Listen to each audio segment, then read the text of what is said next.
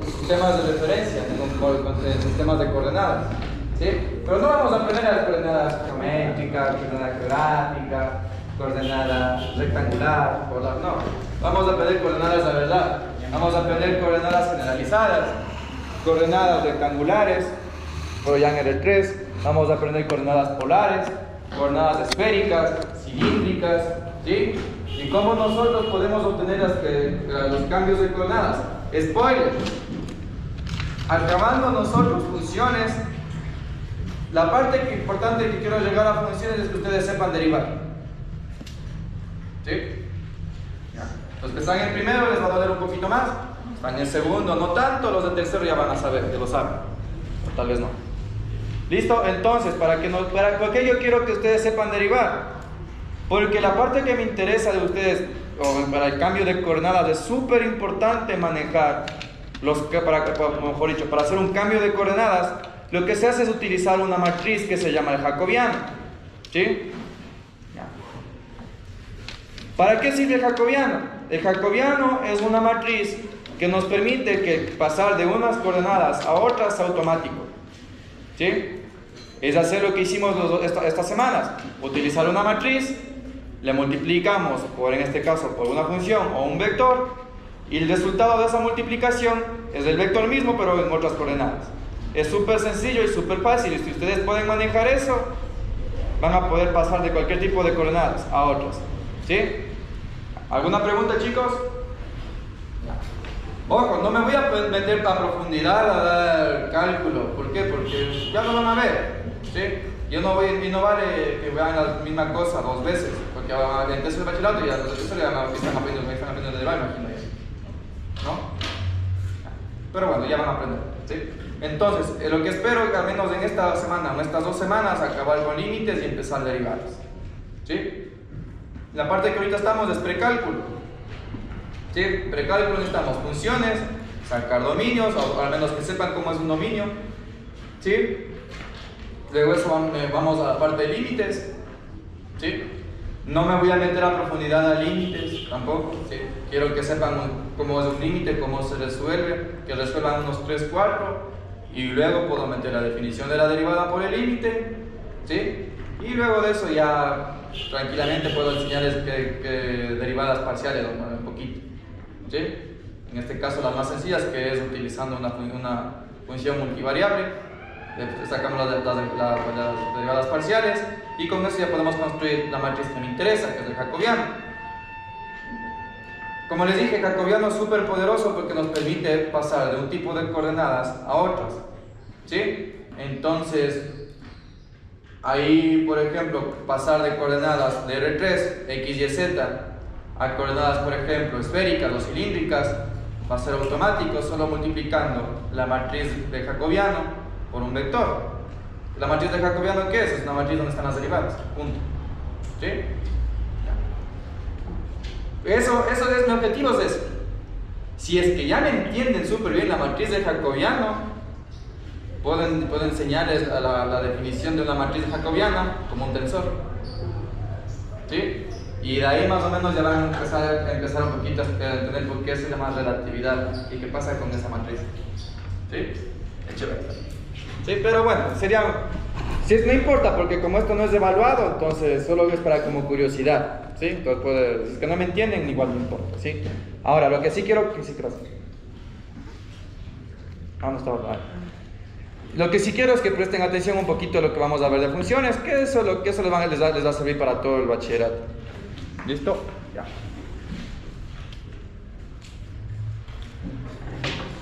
No.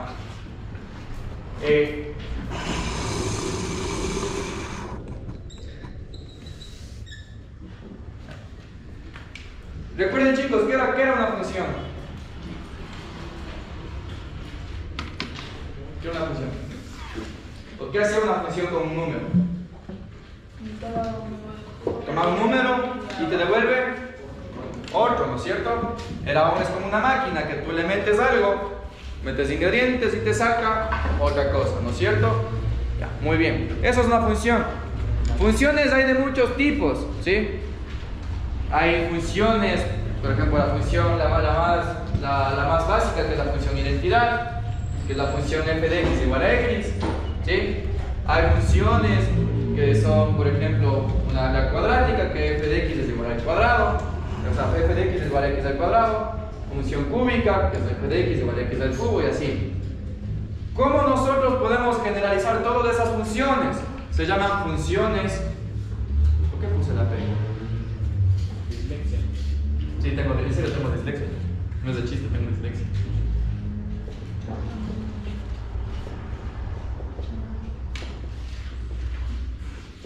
¿Sí? Funciones polinómicas. ¿Sí? Ya. ¿Qué son las funciones polinómicas? Pues una función que en su estructura tiene un polinomio. Los de primero ya saben eso, fue lo primerito que di en la primera semana de clases, que es un polinomio. ¿Sí? Ya, muy bien. No sabían cómo despegar. ¿Listo? Listo, chicos, entonces, las funciones polinómicas es nada más que una función f de x, ¿sí? F de x, en donde la parte de x es un polinomio grado n de x. ¿Se acuerdan que se describía así un polinomio? Un polinomio de grado n de x. Muy bien. Ya. ¿Qué es un polinomio? Vamos a ver. ¿Cómo nos... voy a ponerte un poco, a ver, retrocedamos un poquito a la base del álgebra, como a lo que decía los de noveno y octavo. El álgebra, ¿cómo empieza el álgebra? El álgebra empieza con unas cosas que se llaman cuerpos algebraicos. Si no tienes cuerpos algebraicos, no puedes hacer álgebra, ¿sí? Entonces, ¿cuál es el cuerpo algebraico más básico? ¿Tú con qué construyes, en este caso, cosas algebraicas? ¿Cuál es vamos a ver, cuál es la base o la estructura básica de una expresión algebraica? ¿Con qué cuál es iba a decir el bicho, no es el bicho, la célula, el bloque fundamental, el ladrillo? ¿El punto? Que a ver, ¿tendría el punto? Un monomio, ¿no es cierto? Les juro que les valora decir a 10. Una vez después le sacaste 5 en el examen, pero ya tienes 10. Pero, ¿y yo cuánto saqué? 5 porque me faltaron los otros 2 o 5 porque... Algunas cosas te equivocaste. ¿Y yo? Solo me acuerdo de lo que te doy a ti, no te califico todavía. Además tampoco te califico. Ya, entonces vamos a ver. Un monomio es esto. Un coeficiente A, ¿sí? Multiplicada por la variable, que puede ser cualquiera, en este caso x, ¿sí? Y esto de aquí, la variable x puede estar elevado a una potencia n, ¿sí o no? Eso es un monomio, ¿no es cierto? Ya. La parte de aquí se llama el coeficiente. La parte de aquí es la variable. Y la de acá se llama la potencia. Esa es la estructura general de un monomio. Un monomio es esto, ¿sí? ¿Sí? No es que el mono sea mío, no, es un monomio, ¿sí? No el mono mío. Yo no tengo mono. Esto, ¿bien? Monos. ¿Listo? Ya. Vamos a ver. Ya. Ahora, esto es un monomio. Es la estructura básica fundamental de cualquier estructura algebraica. Es como la célula del cuerpo humano. Utilizando monomios, a ver, si nosotros agrupábamos células del mismo tipo que teníamos, un tejido, ¿no es cierto? Agrupando tejidos del mismo tipo que tenemos, un órgano. Y si agrupamos órganos, ¿qué tenemos? Un sistema. Y si agrupamos sistemas, tenemos el cuerpo humano. Lo mismo en matemáticas es exactamente igual. ¿Cuál es la estructura básica? Y si juntamos monomios, ¿qué tenemos? Binomios. Podemos tener binomios, luego trinomios, pero todos esos entran en una misma categoría que se llaman los polinomios. Muy bien. Los polinomios es juntar varios monomios.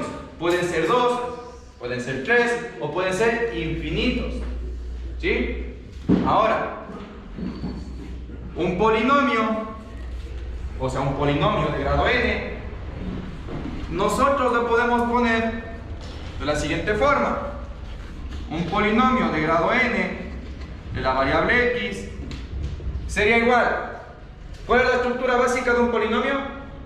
El monomio. Entonces pongamos un monomio a por x elevado a la n. ¿Pero qué le falta para que sea polinomio? Más de estos, ¿no es cierto? Entonces, puedo poner otro a x elevado a la a otra potencia diferente, puede ser, ¿no es cierto? A la m. ¿Es necesario que los coeficientes sean iguales? No, ¿no es cierto? Pueden ser diferentes. Por ejemplo, puedo ponerle a 0, a 1, o a 1, a 1, a 2. ¿Puedo poner más? Sí, ¿no es cierto? Puedo ponerle, por ejemplo, a 3, x elevado a otra potencia, a la q. Y así puedo irme hasta el infinito, ¿no es cierto? Mejor dicho, no voy hasta el infinito, sino hasta el n, ¿no es cierto? Porque dice que es un polinomio de grado n.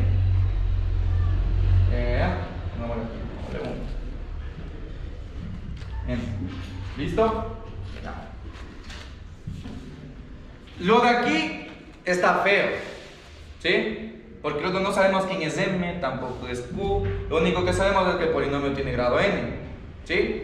¿Cómo le damos orden a algo? ¿Se acuerdan cuando algo tenía orden? ¿Qué pasaba? Tiene que ir de abajo para... ¿Cuál es el número que está más abajo? Ya, muy bien, es el 0. Luego del 0 es el... Luego el... Y si queremos que esta cosa sea un polinomio con orden, ¿qué tenemos que hacer? Ordenar los monomios, ¿no es cierto? Vamos, entonces ordenemos. Un polinomio de grado n de la variable x va a tener un coeficiente, ¿no es cierto? El primer coeficiente, pongámosle el 0. X elevado a qué potencia? ¿Cuál es la potencia más baja? 0, pues. Todo número elevado a la 0 es igual a... Entonces esto quiere decir que esto es igual a 0 solito, ¿no es cierto? Ahora, vamos a ver. Luego de eso podemos poner, ¿qué número sigue después del 0? El 1, ¿no es cierto? Y x sería elevado a la 1. Siguiente, ¿cuál sigue? A 2 elevado a la x elevado al cuadrado. Continuemos. Sería el coeficiente 3, x elevado al cubo. ¿Se dan cuenta como que hay una secuencia lógica? ¿Y ahora qué pasa? Si yo digo que el polinomio es de grado n, ¿hasta qué coeficiente va a llegar? Hasta a sub n, x elevado a la n. ¿Sí? ¿Se dan cuenta? Ahora está ordenado. Coeficiente 1, coeficiente 0, coeficiente 1, 2, 3. Las potencias de la variable también van en orden. Van de 0, 1, 2, 3. Entonces, chicos, miren. Lo que decía, cuando algo está sumado y tiene como un contador, ¿cómo podemos ponerle nosotros toda? Imagínense, si les digo que escribamos un polinomio no de grado n, sino de grado 10, teníamos que escribir ¿cuántos monomios? 10. Y no va a salir una cosa ahí. De hecho 11, ¿no es cierto? Muy bien. Si es que yo les digo, escribamos un polinomio de grado 24, ¿cuántos monomios tienen que escribir? 25, ¿no es cierto? Y van a tener que dar la vuelta a la hoja. ¿Cómo podemos escribir todo esto de una forma compacta? Pónganse en uno ustedes de primero de bachillerato. ¿Listo? Esto es una sumatoria, ¿no es cierto? ¿Y cómo ponemos una sumatoria? Con la letra sigma. ¿Sigma se llama? ¿Sigma? Sigma. Lo que significa aquí la letra sigma es una sumatoria. ¿Cuál es el índice donde empieza la sumatoria? Entonces, yo pongo el contador, pongamos que i es el contador y va desde 0 hasta que i vale n. Muy bien. ¿De qué? De los monomios o de las células, que sería a sub i por x elevado a la i. Y esto de aquí, chicos, es un polinomio. No aguanto. ¿Listo? Entonces, miren, con esto de aquí yo puedo escribir cualquier polinomio de cualquier grado. Si yo les digo, escribamos, por ejemplo, un polinomio de grado 2 con la variable j, ¿cómo sería? Pues seguimos lo que dice aquí la receta, empiezo. Sería la sumatoria desde que i vale 0 hasta que i vale ¿cuánto? 2. ¿De qué? De a sub i. Aquí cambio, ¿quién sería? ¿Quién es la variable? J super i. Listo, elevado a la i. Entonces, ¿cómo sería? A sub 0, j elevado a la 0, más. Recuerden, la sumatoria significa más. A sub 1, j elevado a la. ¿Y hasta cuál tengo que llegar? Muy bien. A sub 2, j elevado al cuadrado. Ahora, ¿qué pasa? Todo número elevado a la 0 es igual a. Entonces queda a 0 más a 1j. Todo número elevado a la 1 es igual al mismo, ¿no es cierto? Y a sub 2, j elevado al cuadrado. Miren, acabo de escribir un polinomio 2. ¿Sí? De la misma forma. Ahora, ¿qué pasa? Esto es un polinomio general. ¿Qué es lo bonito? Los polinomios tienen una representación geométrica que es directa. ¿Cuál es la representación geométrica de un polinomio de grado 2? Ay, qué bestia. Belleza de guagua, igual. Los tengo traumados desde el principio. Así éramos nosotros. La representación geométrica de un polinomio de grado 2 es la parábola. ¿Sí? No es posible. ¿Qué pasa, chicos, si hago lo siguiente ahora?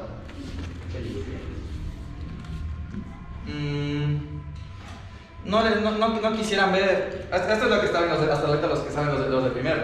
¿Sí? Los de primero hasta ahí saben. ¿Y qué pasa si les digo que hay una representación más general? Más general. Más general. Ya no quiero más del otro. De hecho, desde aquí, a los que les interesa, y como estamos en el club de física, hay algo que los físicos hacemos aquí, cuando tenemos la sumatoria, y vemos algo que se repite. ¿Se dan cuenta que se repite este i con este i? Nosotros los físicos utilizamos algo que se llama la convención o la notación de Einstein para la sumatoria. Que es decir, esto de aquí es lo mismo que escribir esto. Ahí, xy. No escribo la sumatoria. Y han visto que en las ecuaciones de relatividad, ¿sabe? Está lo siguiente.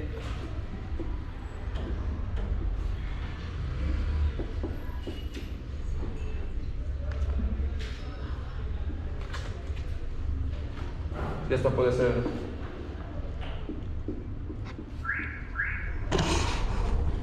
¿Qué creen que son estos índices de abajo? Eso. Son sumatorias. Aquí están sumatorias. Están abreviadas. Y cada letra de estas va desde el 0 hasta el 3. Una por cada coordenada.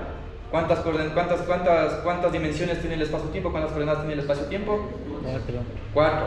0, la 1, la 2 y la 3. Entonces, en realidad, imagínense, tienen esto. 4 por esta letra de aquí que es mu. Y 4 por la otra que es nu. En realidad, esta ecuación de aquí es la abreviación de escribir 16 ecuaciones diferenciales. Qué pereza, vean. Ven, es una consecuencia directa, son cosas que no hace falta saber relatividad general para que ahora ya entiendan que esto en realidad son sumatorias. ¿Sí? ¿Ya? Ahora, por si acaso, aquí González me dijo que en realidad son 10. No. Son 16, pero ¿qué es lo que pasa? Si es que asumimos que el espacio-tiempo no tiene torsión, por simetría se reducen a 10. Si es que asumimos que el espacio-tiempo no tiene torsión, solo así nomás. ¿Sí? ¿Ya? ¿Alguna pregunta hasta ahorita? ¿Ya? Vamos a ver entonces, un polinomio como lo escribimos, así.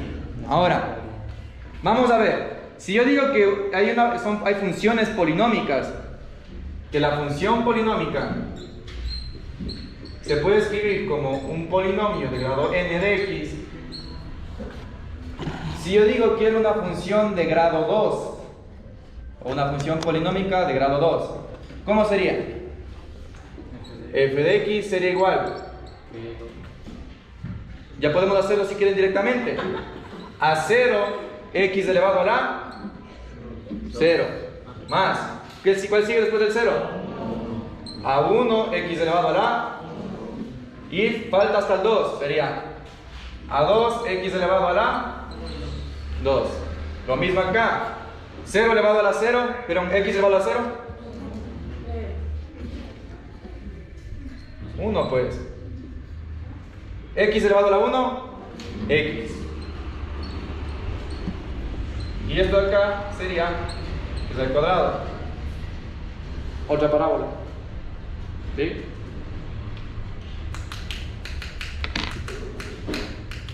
Entonces, acabamos de construir una función de x que tiene grado. ¿Fácil o difícil?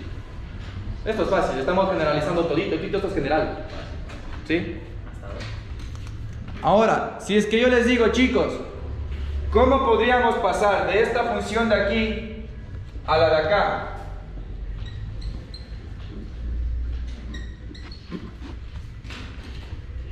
¿Qué tiene que pasar para que eso se cumpla?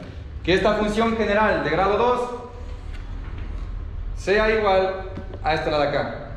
Porque ambas son de grado 2, ¿no es cierto? Pero ¿cómo hacemos que pasemos de una a la otra? Por simple inspección.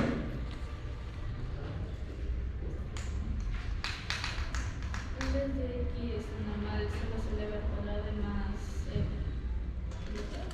la otra potencia. ¿No?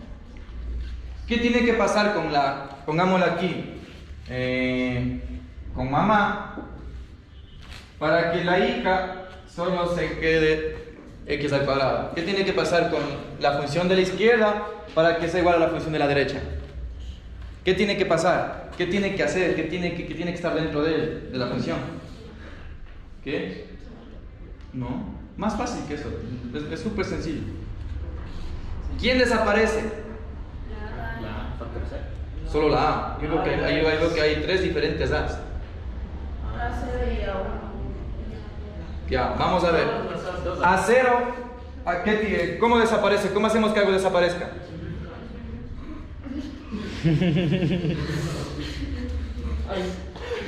¿Cómo hacemos que A0 desaparezca? Acaba. ¿A qué tiene que ser igual? Igual a 0, pues. Ahora, ¿cuánto tiene que valer a 1 para que desaparezca? 0, ¿no es cierto? Porque aquí no hay x. ¿Y 0 multiplicado por algo? Ahora, ¿cuánto tiene que valer a 2? ¿Cuánto tiene que valer a 2? 1. Entonces, esto es las condiciones, o mejor dicho, para que pasemos de una función a otra. ¿Sí? Con esto, entonces, f de x sería igual a x al cuadrado. Acaban de resolver una ecuación de segundo grado sin utilizar la fórmula general. Rico.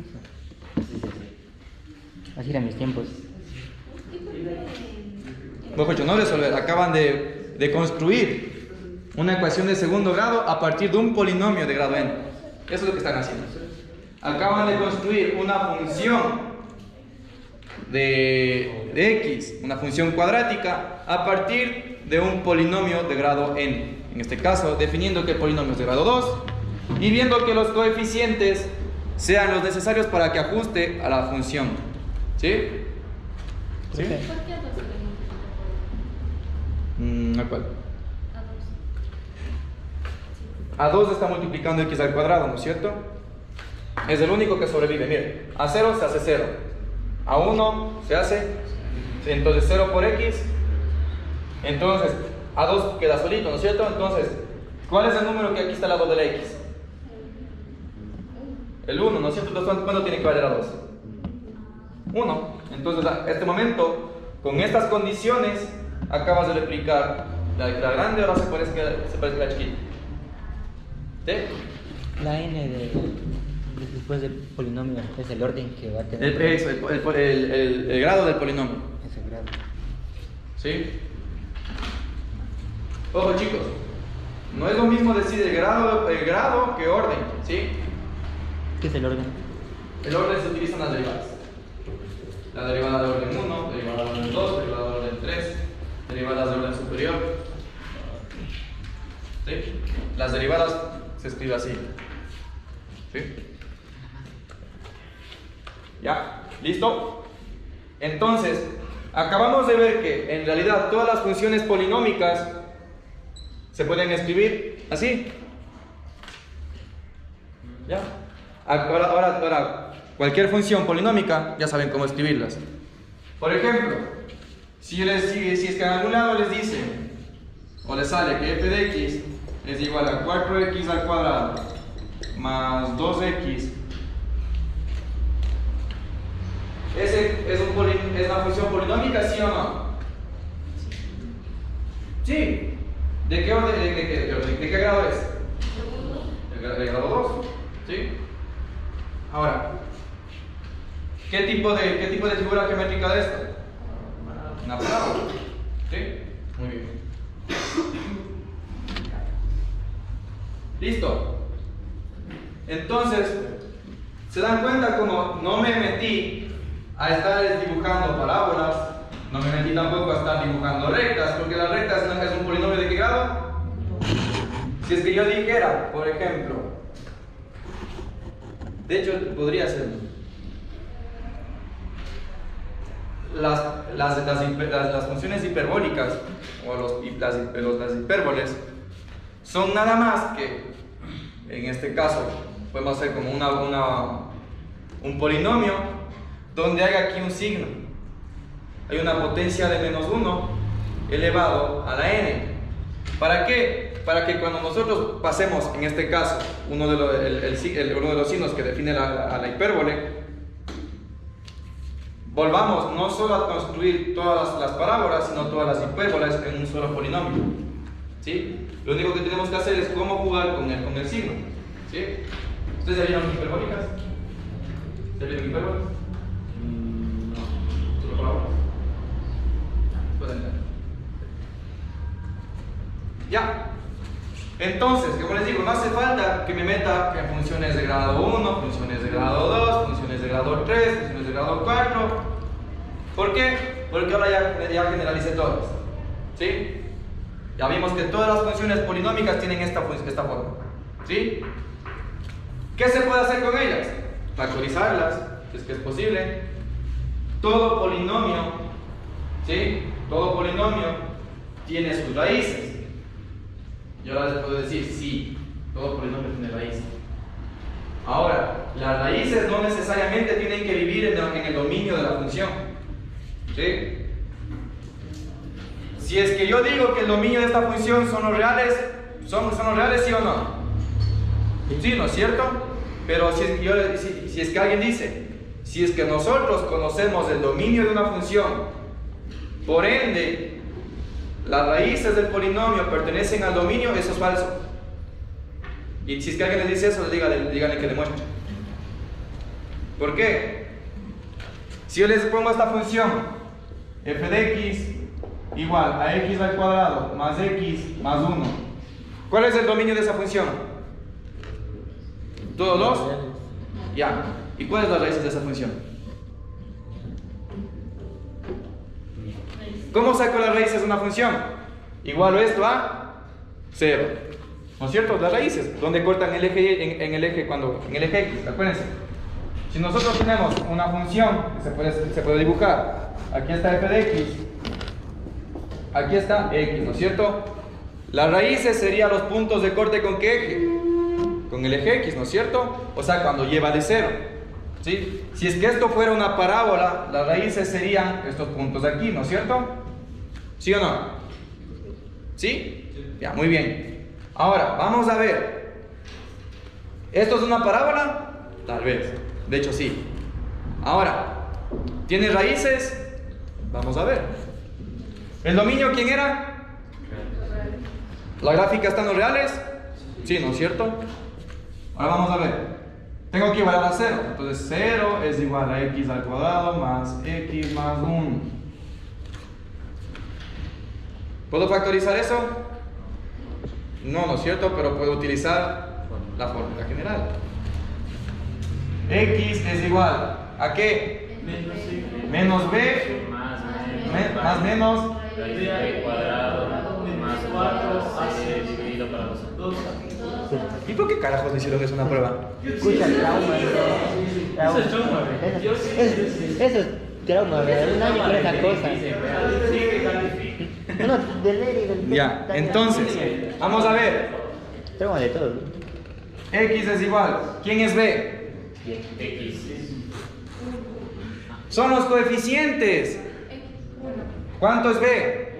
1, pero dice menos B, sería menos. Más menos. ¿Quién es B? 1. ¿Y B al cuadrado? ¿1 al cuadrado? 1. Menos 4. ¿Cuánto vale A? 1. ¿Y C? ¿Y A por C 1 por 1? ¿Y cuánto vale A? ¿Y por 2? Entonces queda que X es igual a menos 1 más menos raíz de menos 3 sobre 2. ¿Qué pasa? Este número de aquí pertenece a los... Imaginario, irreales. ¿Cuáles son los irreales? Libros irreales, ¿cuáles? ¿De dónde? Recuerden que menos 3 es un número complejo, digo, imaginario. Pero ¿qué pasa, chicos? Yo no les dije que esto no es que no como que no existe. Sí existe. Pero es otro tipo de números, pertenece a otro conjunto. En este caso, podríamos ver que la raíz de esto no está en el campo de los reales, sino que está en otro campo mucho más grande, un conjunto mucho más grande que los reales, que son los complejos. ¿Por qué? ¿Se acuerdan que les dije cuánto valía el valor de i? Cuando una vez me preguntaron.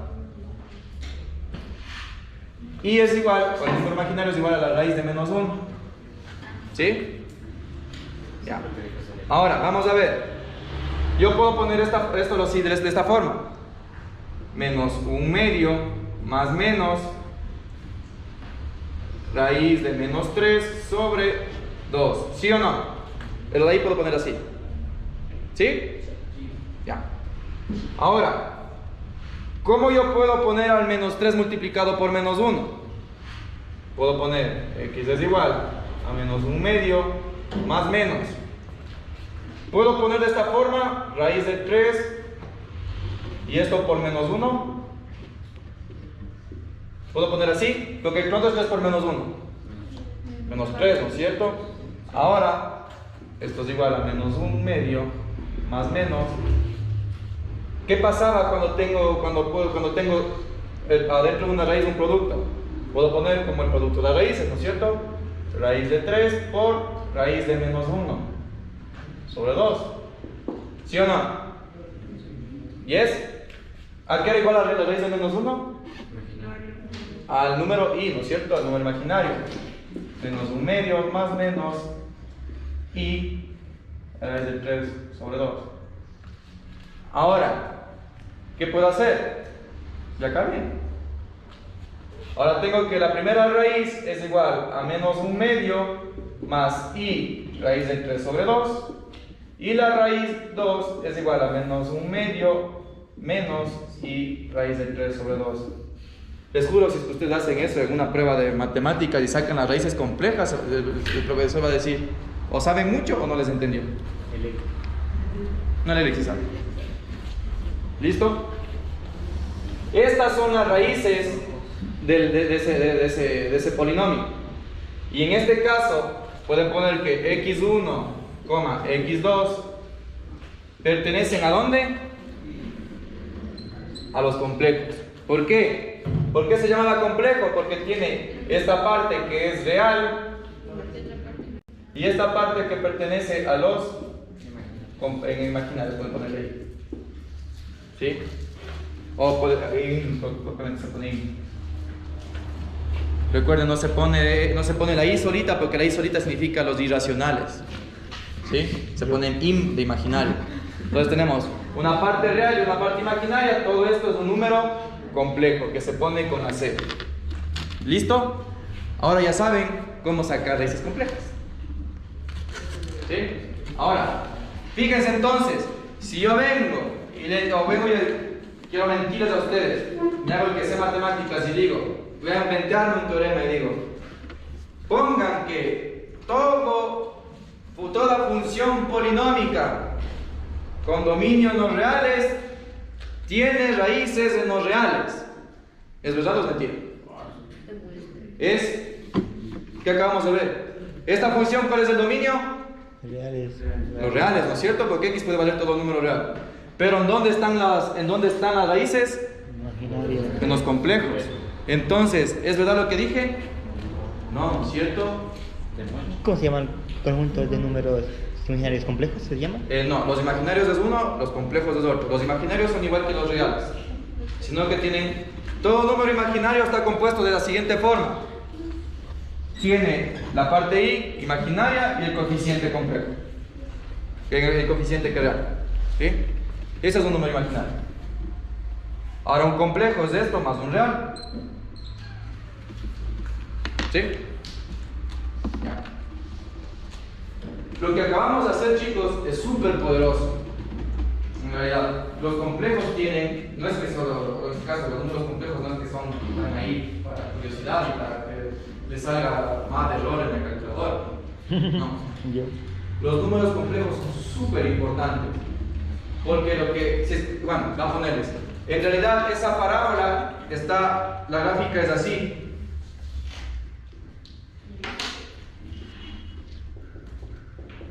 Está así. Está por encima del eje. Obvio, no corta. Pero acabamos de darnos cuenta que sí tiene raíces. Las raíces, ¿cómo es? Vamos a ver cómo graficar en el plano de los complejos. En el plano de los complejos se grafica de la siguiente forma. En el eje Y, como vertical y horizontal. En el eje Y se pone la parte imaginaria. Y en la parte X se pone la parte de los reales.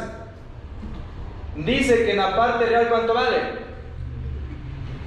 Menos 1. Entonces pongámosle aquí, pongámosle 1. Menos 1, perdón, aquí 1. Un menos 1 medio está en la mitad de menos 1, ¿no es cierto? Aquí es menos 1 medio. ¿Y cuánto vale en la parte imaginaria? Tiene dos soluciones. Raíz de 3 sobre 2, o pongámosle aquí. Va medio. Va. Pongámosle entonces, ¿qué es raíz de 3? Pues aquí es raíz de 3 sobre 2. Y aquí va a ser menos raíz de 3. Y aquí es menos raíz de 3 sobre 2. Veamos, dice, la primera raíz está en menos 1 medio y más raíz de 3 está aquí. Y la otra está en menos 1 medio y menos raíz de 3 sobre 2, por acá. Está por acá. Está por aquí. Ya. ¿Sí? Ahora, ¿cómo creen que se dibuja esto? Ya no es una parábola. Ya no es una parábola. ¿Así? No es una parábola. Son vectores. Son vectores. Vaya, propio. Acabaste de pasar una ecuación, o mejor dicho, una ecuación x igual a algo, a un par ordenado. Vector. Ya está dibujado. La raíz es esto.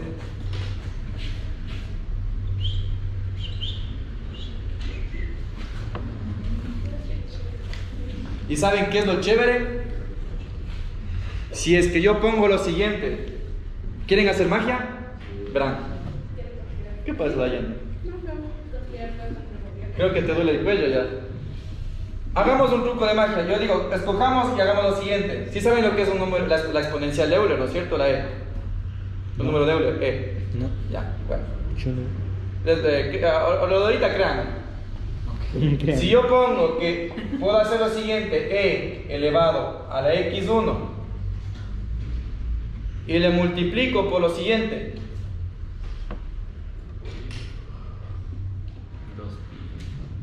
cojo cualquiera y hago esto. Hagamos E a la X1. ¿Quién es X1? Pongámosle menos E elevado a la menos 1/2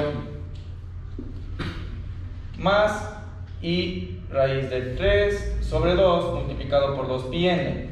2 con 2 sale 1 y esto queda que es E a la menos 1/2 de I raíz de 3 pi por n. Eso lo damos, ¿cierto?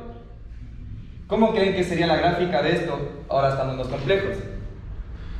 Es el mismo vector, que es x1. ¿Quién era x1? Era el de aquí, ¿no es cierto? Era este vector de aquí. ¿Y qué significa el n?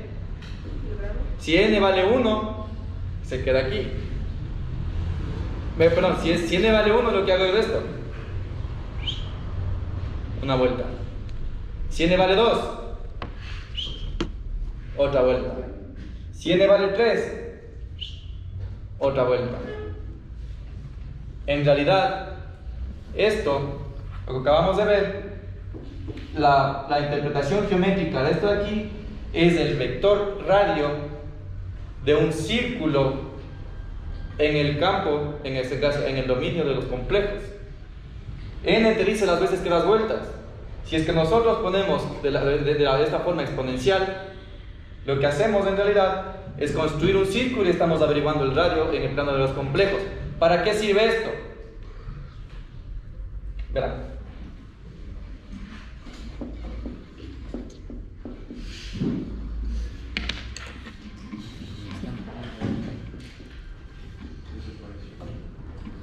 Acaban de ver la interpretación matemática y geométrica de una función de onda, que puede ser tranquilamente mecánica cuántica. Así es como se mueven las probabilidades. Se agranda el vector y se achica el vector, se agranda el vector y se achica el vector. Y cuando pasamos nosotros en esto, hacemos como un tipo de transformación para no verlo, como el vector se agranda y se empequeñece. Empequeñece. Sí.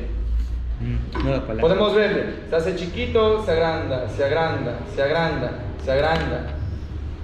Se hace chiquito nuevo, se agranda, se agranda. Se hace chiquito nuevo, se agranda, se agranda. ¿Y qué pasa si yo dibujo el contorno de esto? ¿Qué se acaba de dibujar? Los círculos en el plano complejo son en realidad ondas en el plano real. Ya tenemos el video pariente del CV. Los círculos en el plano complejo son en realidad ondas en donde reales. Por eso es que la función seno de x, busquen la definición, si quieren googleenlo ahorita, busquen función seno de x o la función seno y pongan complejo. Pongan en Google, googleenlo.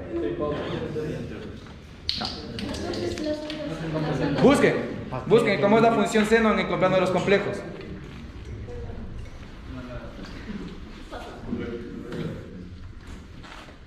No, pues googleenlo. Quiero que lo hagan.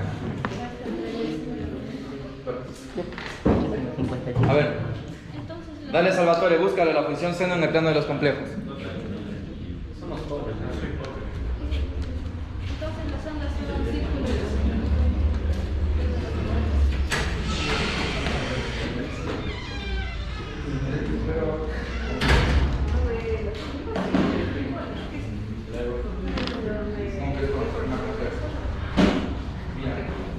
¿Qué dijo? ¿Qué dijo? Es que no me acuerdo aquí. Vamos a ver, chicos. La función seno de x podemos escribirla de la forma siguiente. e a la ix menos e a la menos ix sobre 2i. Esa es la función seno de x en forma compleja. ¿Y cómo es la del coseno? Quitamos la i y ponemos aquí más. ¿Sí? ¿No les parece bonito que pasamos literalmente de estar dibujando círculos en un plano o en un espacio, círculos en un conjunto, a estar dibujando funciones trigonométricas en el otro? ¿Y de dónde viene eso? A partir de parametrizar un polinomio. Y de hecho, hay unos cuando nosotros estudiamos polinomios, ¿sí?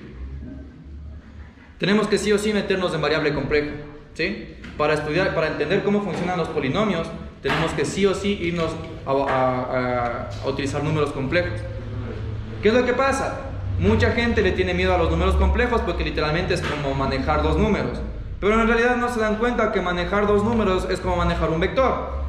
Por eso, cuando nosotros pasamos de la solución de x1 y x2 al plano de los complejos, ¿qué era que se dibujó? Un vector. ¿Y qué pasaba si yo al vector le hacía girar? Nos dibujaba un... ¿Y qué pasa si es que yo al círculo lo transformo de cierta forma? O sea, lo escribo así. Lo escribo de cierta forma para que me dibuje un perfil en el plano de los reales. ¿Qué me daba? Ondas. Ahora, ¿quieren que les traume más?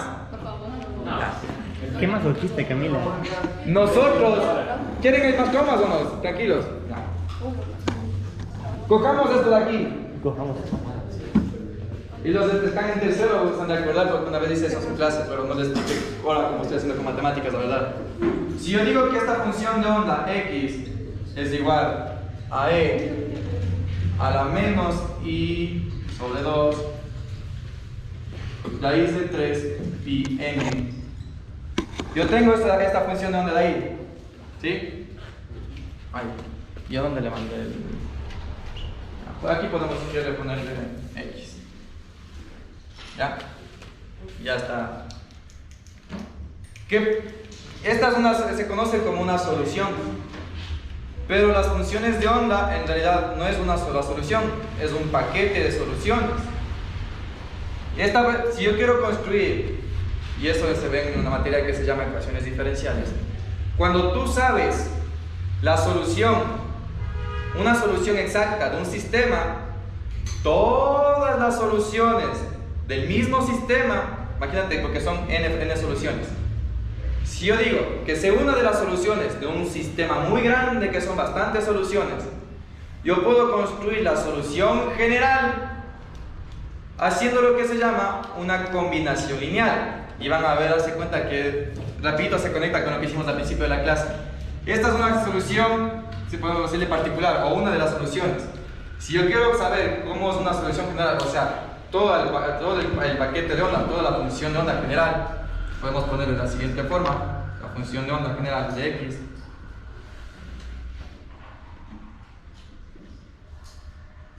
de x sería una combinación lineal de lo siguiente: una sumatoria desde un coeficiente i, ¿sí?, con coeficientes i, ahí pongámosle otro para que no se confundan con el i, pongámosle coeficientes j de una c sub j multiplicado por qué, pues por la función de onda, en este caso, que sería, ¿dónde estaba? E a la i de 3 i sobre 2x. Todo esto sería la función de onda. Así es como son las funciones de onda en mecánica cuántica. ¿Sí? Ahora, ¿quieren que les siga tomando? Ya. ¿Se han visto que en mecánica cuántica hay algo raro así? Que por lo general puede ser... Sí.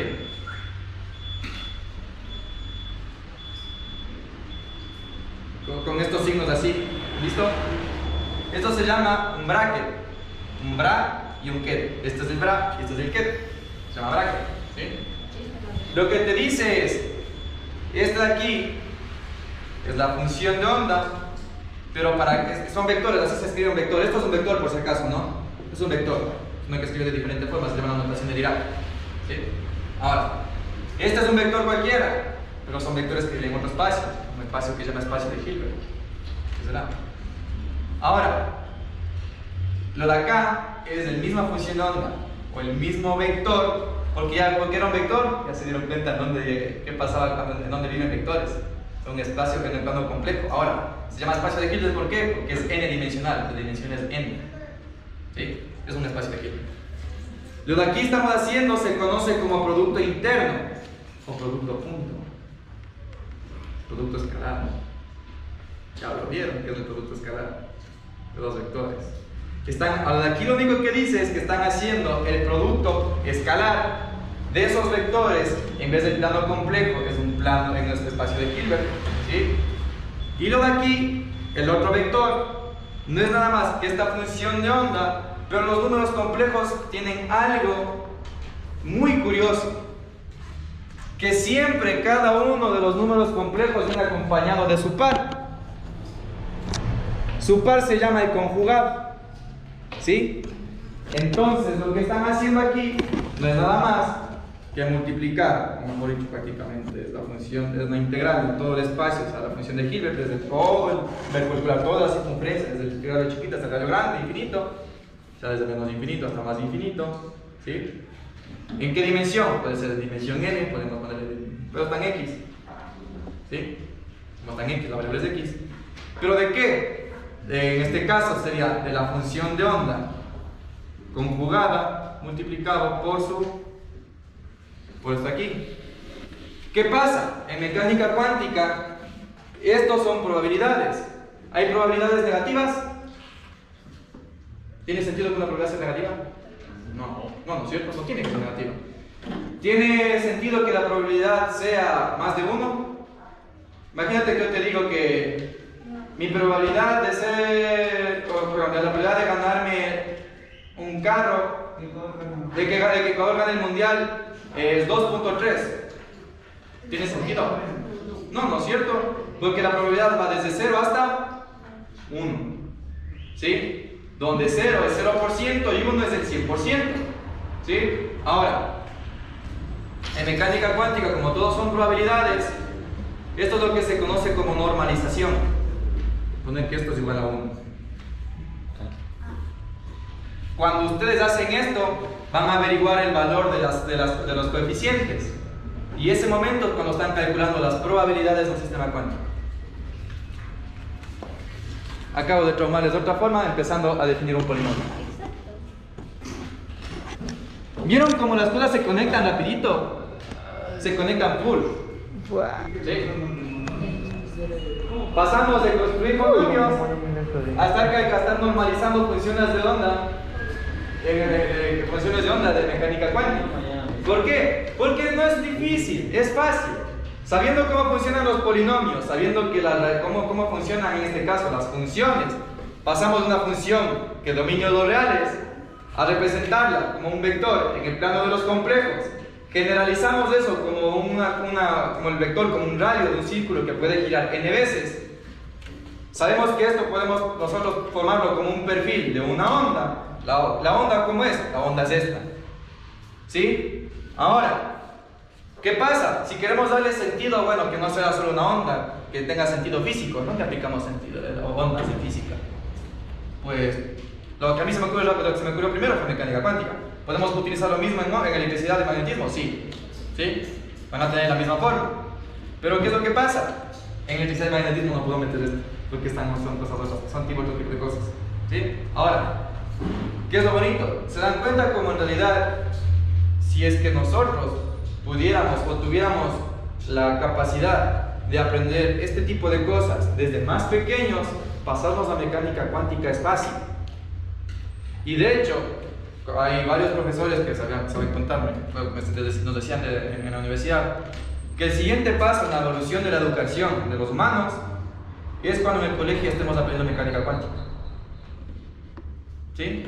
Y se dieron cuenta que en realidad no es fácil, no es difícil, es fácil. ¿Sí? Sino que tenemos que empezar a relacionar las cosas. Polinomios, eso. Monomios, esto. Funciones. ¿Qué pasa si saco la raíz de una función? Paz. No es un número real. ¿A dónde voy? Números complejos. Ah, mira, acabo de darme cuenta que un polinomio o una función en los reales, sus raíces pueden estar en el plano complejo. En el plano complejo, ¿qué representan? ¿Qué objeto forman? Un vector. Ah, mira, ¿qué pasa? Qué chistoso, si es que hago girar ese vector.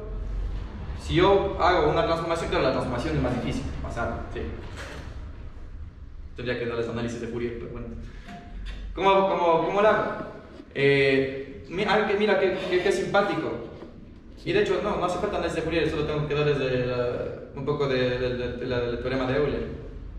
Ah, mira. Puedo pasar de funciones exponenciales a funciones trigonométricas, a ondas. Y las ondas son reales. Ah, mira. ¿Qué significa? Pero ¿sabes qué? Yo no tengo una onda real, tengo una onda compleja.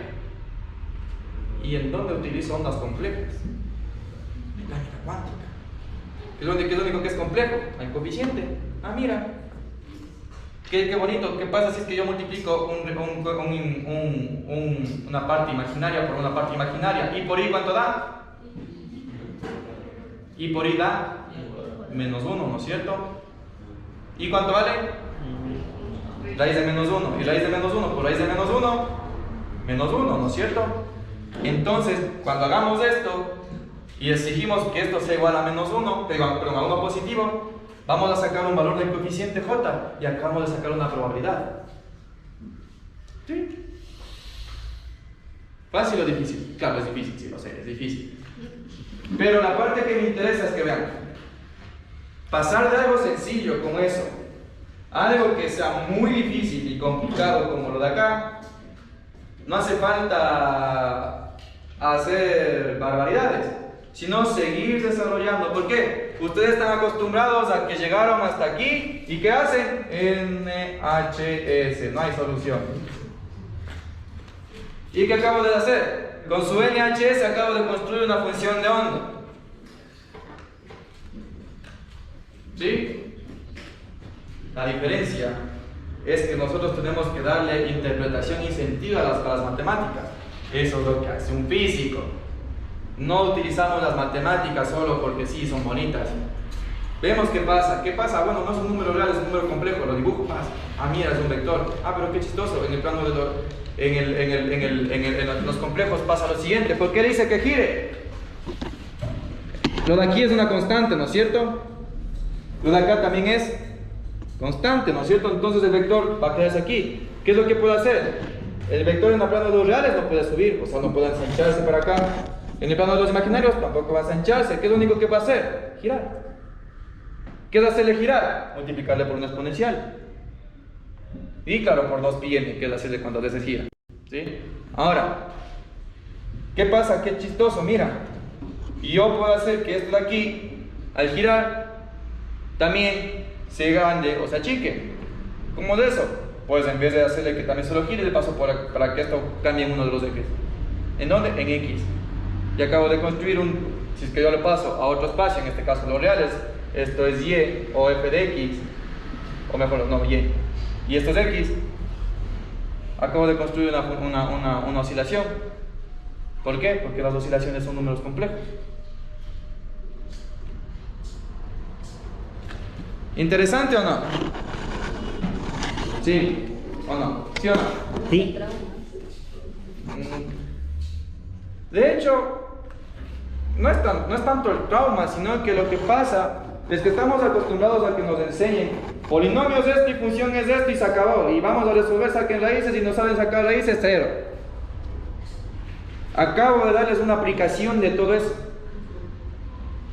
Y ahora viene un profesor, no solo de aquí en el colegio, cuando vayan a cualquier lado, si van a hacer medicina, ingenieros, lo que sea, y les pone a resolver una ecuación de estas, y resulta que no tiene, que la raíz es un número negativo, ahí se han de acordar de mí y decir, me dejó el trauma de que cuando saqué raíces complejas se construyó una función en mecánica cuántica.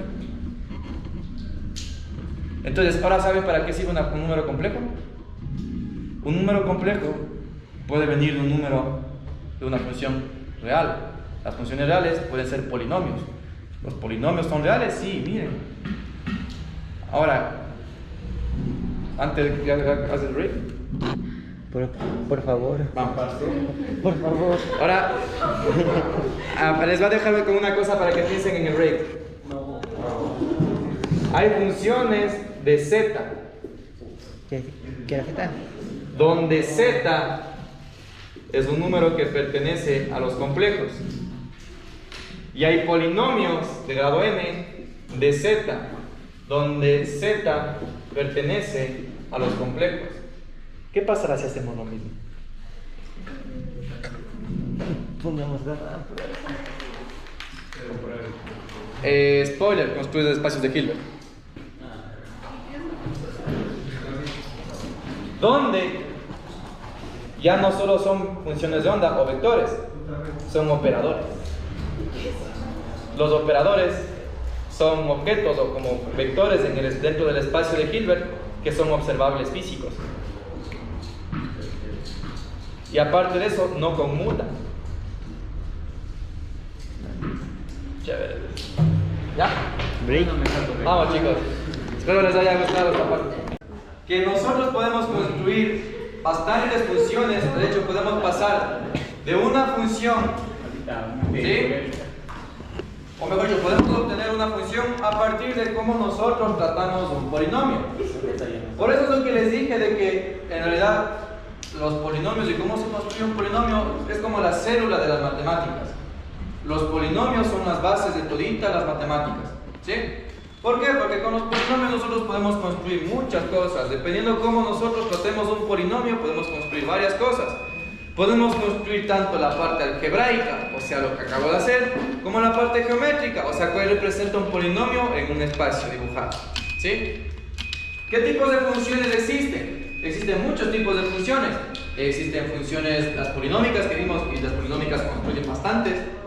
Otras funciones especiales, ¿cuáles son? Como por ejemplo, las funciones trigonométricas, ¿sí?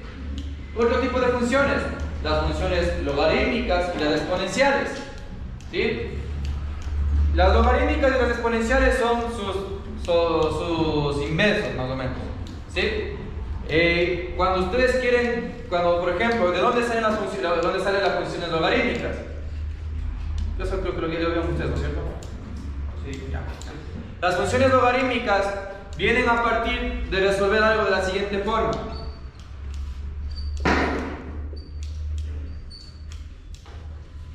¿Sí? Las funciones logarítmicas van a partir de resolver un polinomio o algo de una ecuación de esa forma. ¿Sí? Cuando nosotros queremos resolver esta ecuación, o sea, despejar x, tenemos que definir un tipo de función que haga que la x pase abajo o de una forma de igualar las x. ¿Sí? Esos son los logaritmos. No les voy a enseñar logaritmos, ¿por qué? Porque eso ya lo van a aprender. ¿Sí? No les voy a dar la misma clase 2 veces. De nuevo, ¿son interesantes los logaritmos? Sí, ¿por qué? Porque nos ayudan a bajar la incógnita de un exponente. Ahora,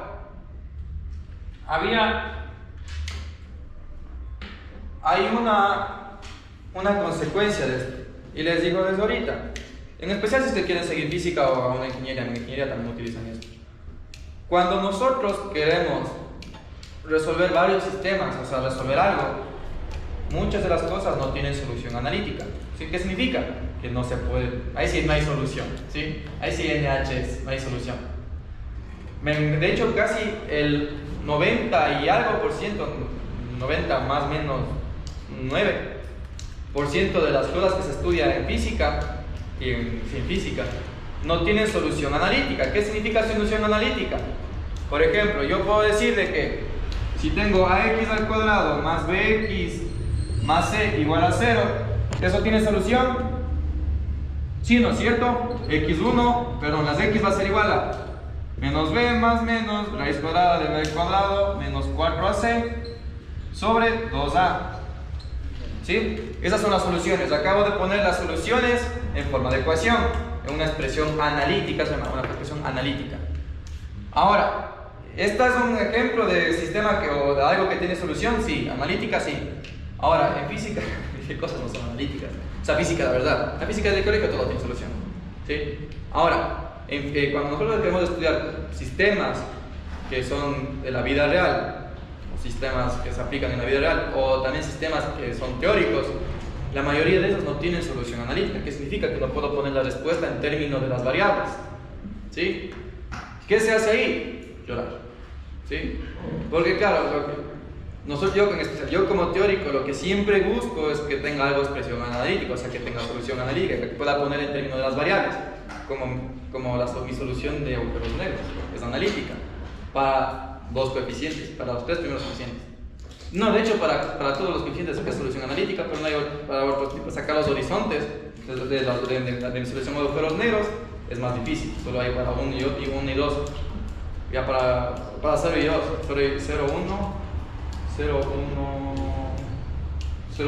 0 y 1, porque a partir del 2 ya tenía que ser otro tipo de soluciones. Ahora, estudiar cómo son las funciones en este caso y cómo a partir de funciones y querer resolverlas van saliendo funciones, o en este caso cosas más interesantes, como por ejemplo las funciones logarítmicas o logaritmos de muchas formas. Al logaritmo natural, logaritmo de base n, logaritmo de base 10, logaritmo de base e. ¿Qué pasa con el logaritmo de base e? ¿Cuál es el logaritmo de base e? Si yo pongo logaritmo de base e de x.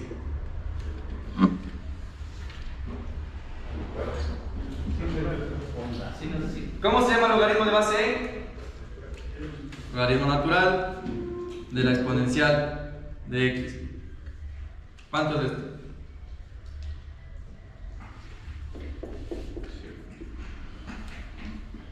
X. ¿Sí? Entonces, préstame el valor.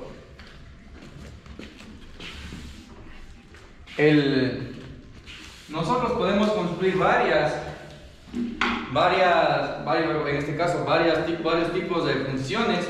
Y de hecho los matemáticos hacen eso, construir cada vez funciones nuevas a partir de manipular polinomios. ¿Cómo nació esto? Alguien le dijo, muy bien, yo tengo la siguiente igualdad, x más a igual a b. ¿Sí? Y dijo, ahora, ¿qué pasa si es que en realidad todo esto son coeficientes, o son potencias? Entonces, x debe estar encima del otro número, pongamos la mayúscula, x. Y esto de aquí tiene que ser más a, y esto de aquí igual a otro número, que es b igual a b. Y dijo, mira, qué chistoso, acabo de sacar algo nuevo.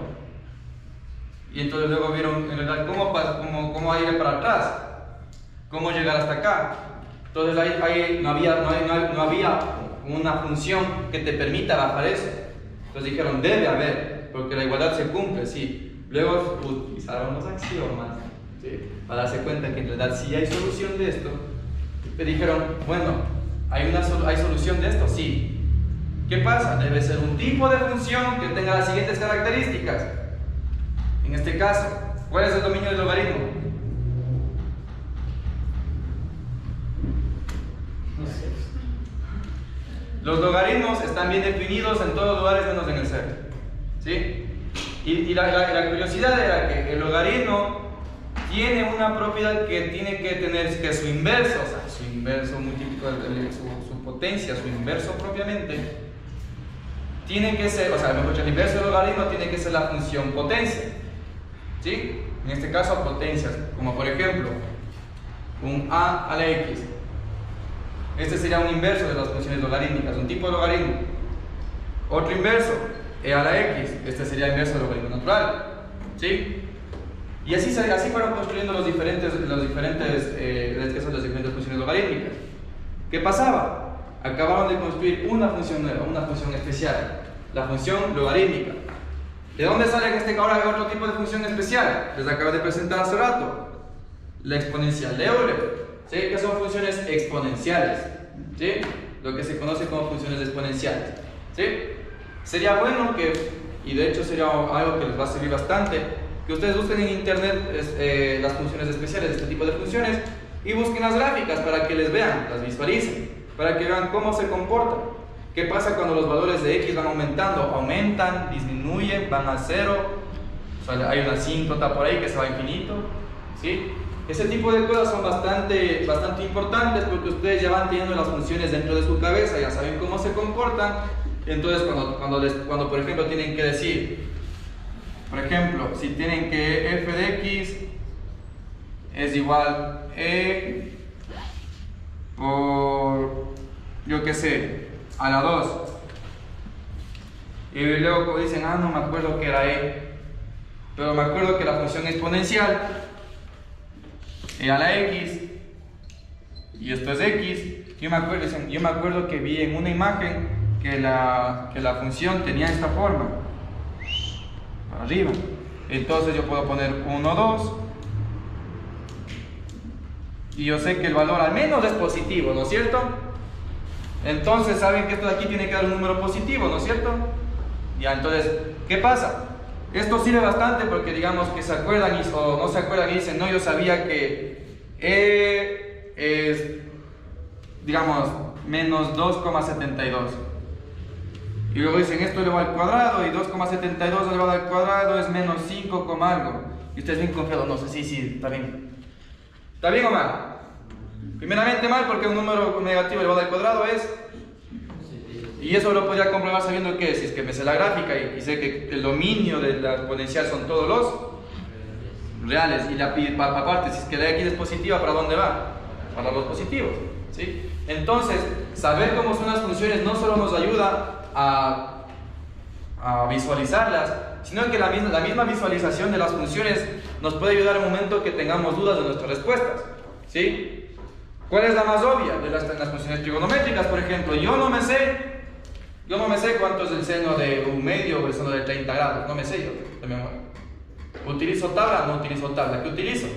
Me sé cómo es la gráfica de la función. Lo que hice la otra vez, ¿se acuerdan que grafiqué todito? Les dije, la función, por ejemplo, la función seno, esto es x. Esto es la función, pongámosle aquí f de x. ¿En dónde? ¿Qué valores toma la función seno y coseno? 1 y menos 1, son acotadas, ¿no es cierto? Yo sé que van desde 1 hasta menos 1. ¿Qué era acotada? Que los valores oscilan, están acotados entre menos 1 y 1. ¿Sí? Está significa acotado. Ahora, yo sé que la función coseno empieza ¿en dónde? Empieza en 1 y empieza a oscilar, porque son funciones oscilantes. ¿Sí? Ahora, ¿qué tengo que hacer? Ver cuándo vale 0, cuándo vale 1 y cuándo vale menos 1. ¿Cuándo vale 0? Pues yo sé que en 0 es que vale pi medio. ¿Cuánto vale cuando vale menos 1? Yo sé que menos 1 va a valer, si es que esto de aquí esto es 0, pi medios. ¿Cuánto tiene que ser acá? Pi. ¿Cuánto tiene que ser acá? 3pi. Acá, ¿cuánto tiene que ser? ¿Cuál era el periodo de las funciones seno y coseno? Muy bien, 2pi. Acá, ¿cuánto va a ser? 5pi. Ahora, pi medios, ¿cuántos grados es? Si 360 grados es 2pi, 180 va a ser pi, ¿no es cierto? ¿Y la mitad de 180? Entonces, ¿cuántos pi medios? 90 grados, ¿no es cierto? Entonces, aquí sé que más o menos es 90 grados. Ahora, si me preguntan cuánto es el seno de 90, ¿cuánto va a ser? Si el coseno de 90, ¿cuánto va a ser? 0, ¿no es cierto? Y así voy jugando. ¿Sí? Si es que me dicen, por ejemplo, ¿cuánto sería el seno de 180 grados? ¿Cuánto valdría? 180 es pi, ¿no es cierto? ¿Y cuánto vale el coseno en pi?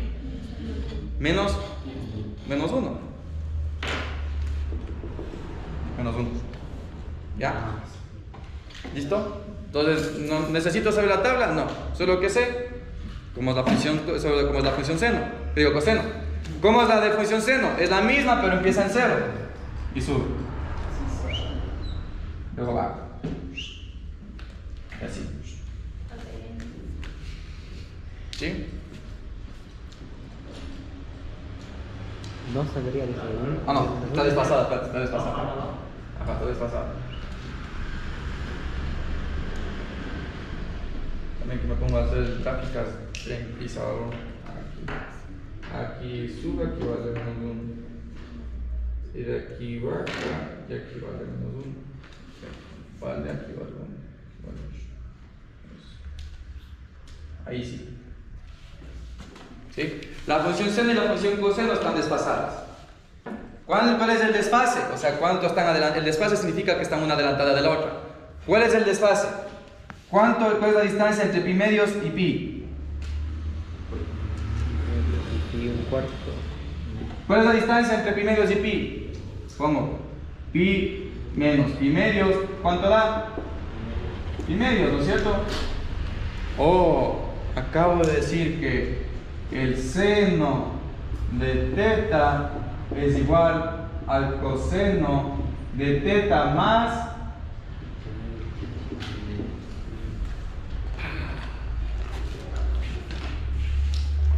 acabo de construir una identidad trigonométrica solo sabiendo cómo es la gráfica. Es hacer mate. Pruebas de muerte.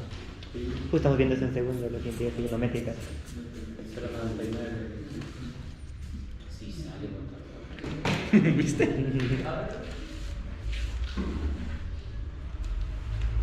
Entonces se dieron cuenta que sabiendo cómo son las funciones me ayuda hasta construir las propias identidades trigonométricas. Ahora, claro, no voy a construir la identidad fundamental, no voy a construir esta.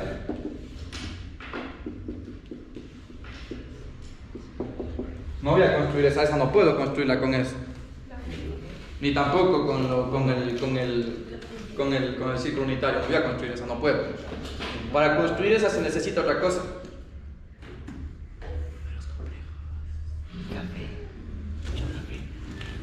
¿Sí? Y de hecho ya lo podrían hacer ustedes. Voy a hacer la prueba.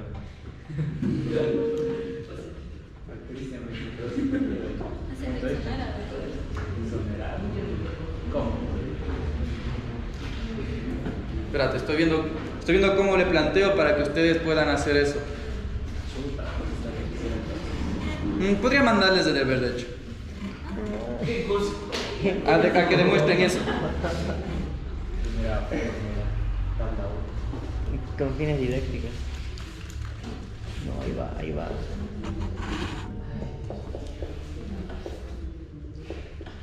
Ni siquiera necesito decir. Con esa se utiliza. Con esta de aquí se utiliza para demostrar eso ya. Ah.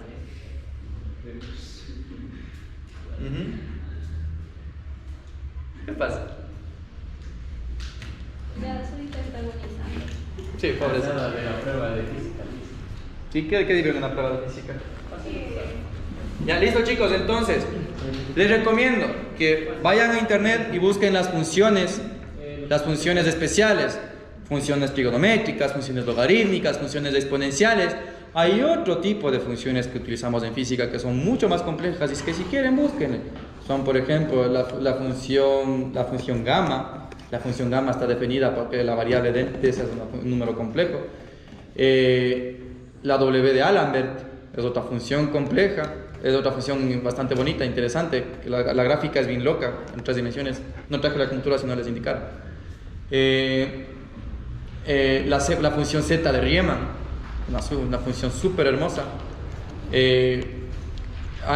Por ejemplo, hay funciones trigonométricas, pero son funciones que se llaman hiperbólicas. Seno, coseno, tangente, hiperbólicos. ¿Cómo se definen eso? A partir de definir, en vez de círculos unitarios, se definen hipérboles. ¿De dónde viene eso? A partir de jugar con los signos en un polinomio. ¿Por qué? Las funciones trigonométricas se dieron cuenta que yo pude definirlas como un polinomio donde el signo era todo positivo.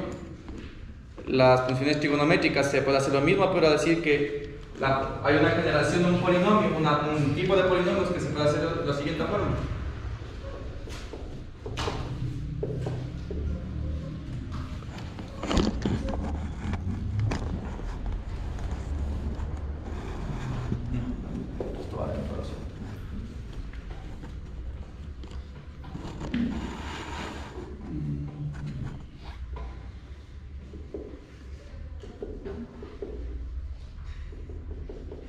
Ya te entiendo.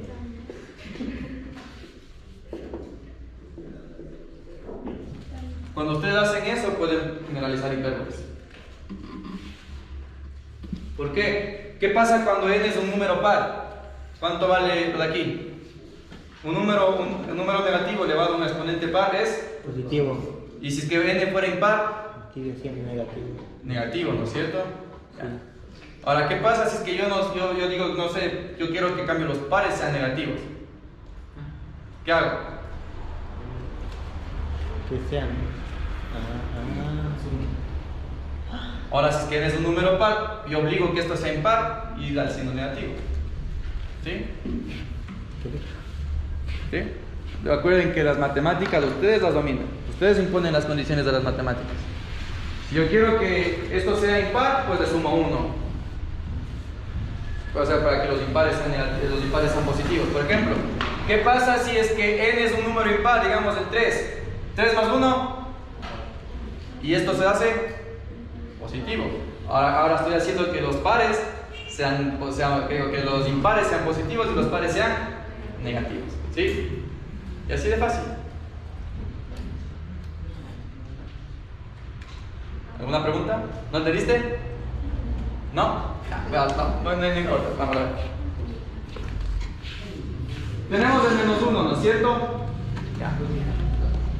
Si yo quiero que, mejor dicho, eso sí es demostrable. Si estamos en los reales, todo número negativo elevado a un exponente par es positivo o negativo.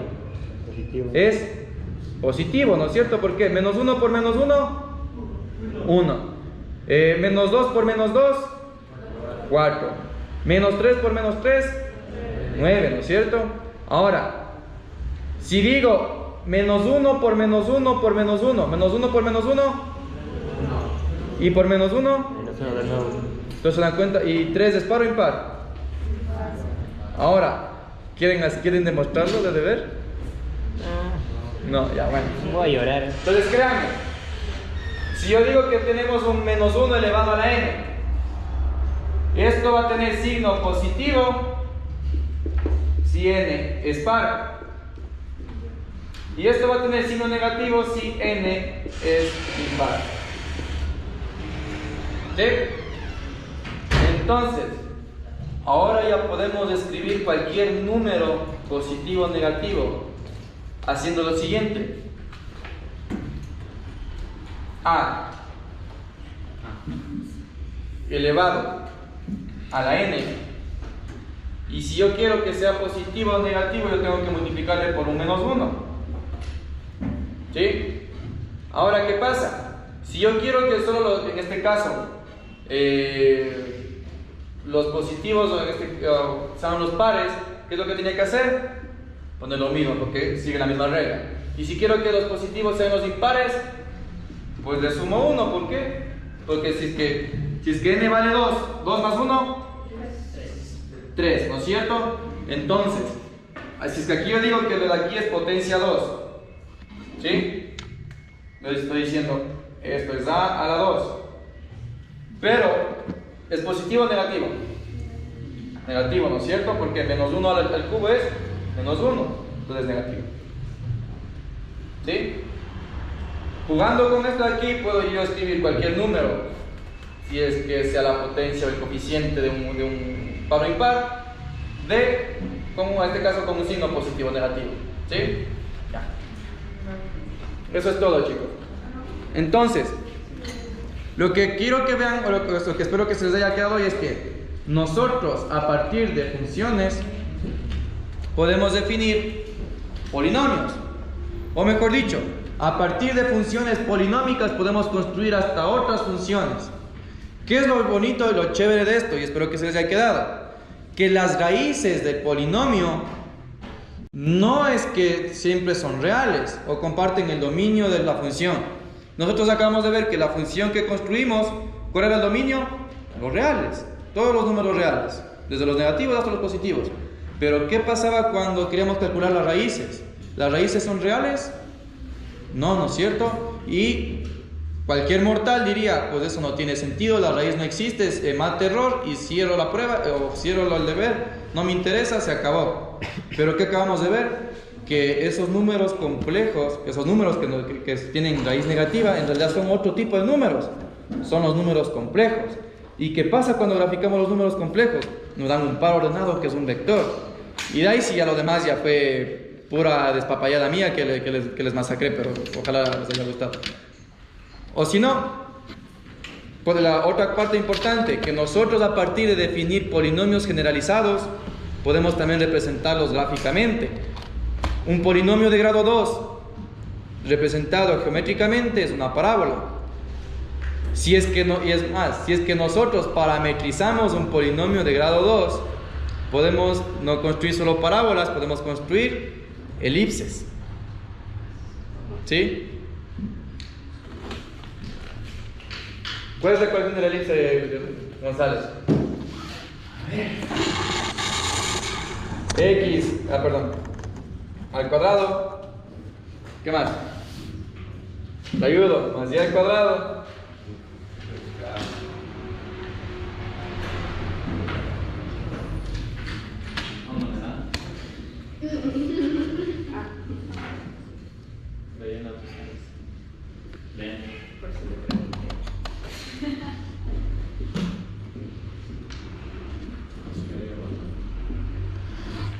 ¿Ya? La ecuación de la elipse. Ahora, ¿nosotros podemos ponerlo esto como un polinomio? Sí. Pero ¿cómo sería? ¿Cuántas variables hay ahí? Sería un polinomio, para analizarlo, de grado 2, de variable x y...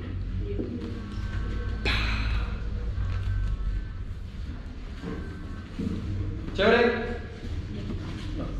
Pues sí. ¿Y qué hablan, chicos, cuando les digo que los polinomios es lo más divertido? Los matemáticos se matan estudiando polinomios, porque los polinomios son hermosos.